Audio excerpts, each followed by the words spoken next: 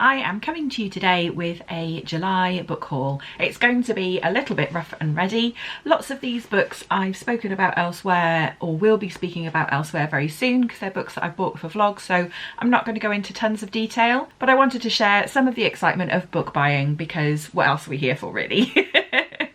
Okay, so the first book that I bought in July is None of the Above by Travis Alabanza. This is a sort of memoir by Travis about their life as a non-binary person. We're reading this in a book group in work as a sort of reading and reflection group to explore the gender binary and have some really interesting discussions, and that's going really well so far. Next up I have The Crazy Truth by Gemma Howell. This is set in Wales in the early 80s. It's about a woman who is living with drug and alcohol addiction and decides to become a writer and a poet. The start of this is really giving strong Psychomachia by Kirstie Allison vibes, except working class and set in Wales, not set in London. But I'm hoping from the blurb it's going to go somewhere slightly different. It's a really interesting looking book. There's some kind of play with form and poetry and things interspersed in here, which I'll talk about in the vlog that I'm reading it for, which is new Welsh literature. So keep your eye out for that when it comes. I also bought Queen Bee by Juno Dawson. This is part of the Her Majesty's Royal Coven series. It's about, well, the series is about modern day witches who have a kind of secret government department that protects the world using the magic that these witches have. This is a prequel to that series and it's about Anne Boleyn and her coven. I've read it, it's fantastic. If you haven't experienced the joy of Her Majesty's Royal Coven yet, what are you waiting for? Get on it. The next I have for you is The Summer Book by Tove Jansson. Tove Jansson is the author of The Moomins, and this is a novel about a grandmother and a granddaughter spending a summer together.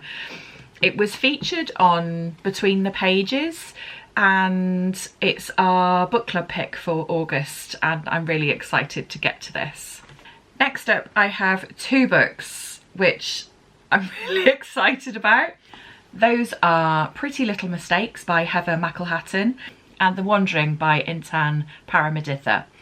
These are both choose your own adventure stories, but for grown-ups. I'm very excited about them. I only needed one of them, but I couldn't resist, so I have two. If you grew up in the UK and remember the Usborne choose your own adventure books, please say something in the comments about that, because it's a real kind of like memory unlocked moment for me. I can remember sitting in a car on a long journey reading one of those. They were really super, so I'm hoping for a bit of nostalgia with these. Next I've got The Cybernetic Tea Shop by Meredith Katz. This is about two slightly lost souls who find each other at a tea shop, which is run by one of the characters, a robot, and Clara is an AI repair technician.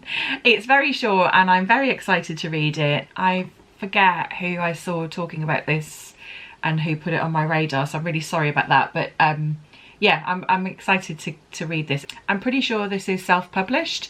The press is soft cryptid, but I think that that's Meredith Katz's own publisher, press, however you want to call it. Anyway, The Cybernetic Tea Shop. Exciting. The next book that I acquired is The Mystery Guest by Nita Prose. This is the sequel to The Maid.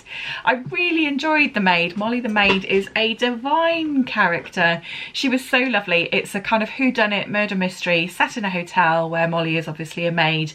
She's got quite a unique look on the world, and following her thought processes and seeing her interactions with others is both heart-wrenching and an absolute joy. So I'm really excited to revisit Molly the Maid in the follow-up, which is called The Mystery Guest.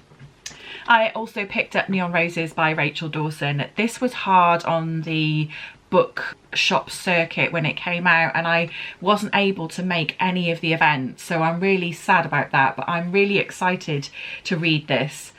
This is another book set in South Wales in the 80s amongst the miners' strikes, and it's about the story of a group of lesbian and gay people coming from London to support those strikes. It sounds like it's going to be a lesbian love story, and I'm very much here for it. South Wales, 80s, lesbian love story, I'm in. Next up, I have The Unbroken Beauty by Rosalind Bone. This is another work of new Welsh fiction. This is about a 16-year-old girl who is exploring her family's history through her reclusive mother and some mysterious lost sister who was apparently very beautiful. I don't know much more about it. It's giving kind of like quiet, understated vibes, which is very much for me, and I've seen some good reviews of this. It's also blurred by Carol Lewis. So that's The Unbroken Beauty of Rosalind Bone by Alex McCarthy. Next I have The Land of Milk and Honey by Cybernetic, and it's a miracle to me that I haven't picked this up and torn through the pages already. I've been so excited about this. I was waiting for the paperback to come out, and here it is. It's in my hands and I still haven't read it. Having been so desperate for it. I'm going to read you the blurb because I'm not going to do it justice describing it myself. A smog has spread, food is disappearing, and a chef escapes her career in London to take a job at a decadent mountaintop colony. An experiment in a new way of living and eating. There, her mysterious employer and his visionary daughter have built a lush new life for the global elite. One that reawakens the chef to the pleasures of taste and touch. Before long, she is pushed to discover the real nature of the project, a startling attempt to reshape the world far beyond the place. Land of Milk and Honey is a striking novel about food, sex, and the intricacies of desire. So this is set in a sort of semi-dystopian future where the world has come to a bit of an end, but somebody's created this elitist Eden, if you like, and our main character goes there as a chef. Eee, very exciting. Next up, I picked up Clara reads Proust. This is by Stephane Carlier, translated from the French by Polly McIntosh. It's about a hairdresser who's having a bit of a life crisis until one day one of her customers leaves behind a copy of a Proust book, and she reads it and it transforms her life. Sounds pretty great. And the last three that I have for you are all from Verve Books. Verve Books posted on Instagram a few weeks ago that they were moving premises and having a clear out, and so for $9.99 you could get 3 books and they were just going to send you whatever. So whether it was like finished copies or proof copies, you didn't know what you were going to get, but $9.99 for 3 books sounded pretty great to me, so I jumped at that.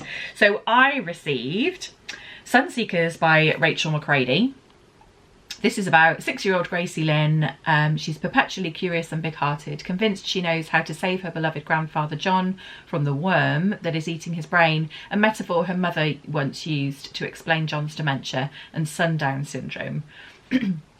Gracie helps him break out of his nursing home, and the two disappear together on a quest to chase the sun. That sounds delightful. I also got The Very Nice Box, which is written by Laura Blackett and Eve Gleichman.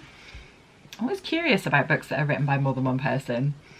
An offbeat, wryly funny debut that follows eccentric product engineer Ava as she becomes drawn to her startlingly charismatic new boss, who seems determined to get close to her at all costs. And last but not least, Fear and Lovely by Anjana Appachana.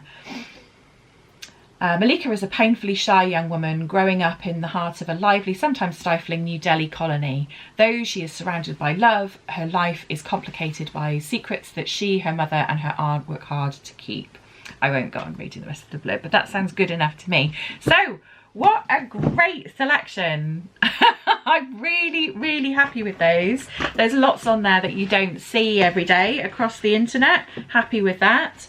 There's lots on there that I'm super excited to read. Happy with that. And the ones that I have read or have started reading have been successful so far. So that's a good omen, isn't it? So here we go. Here is July's book haul. I need to slow down on the book buying. Just a serious note, I'm having a word with myself. This is me having a word with myself. I need to slow down on the book buying. I read fast. I read about a couple of books a week, but I do need to read more than I buy, and so I hope that I don't have a book haul for you for August. We'll see.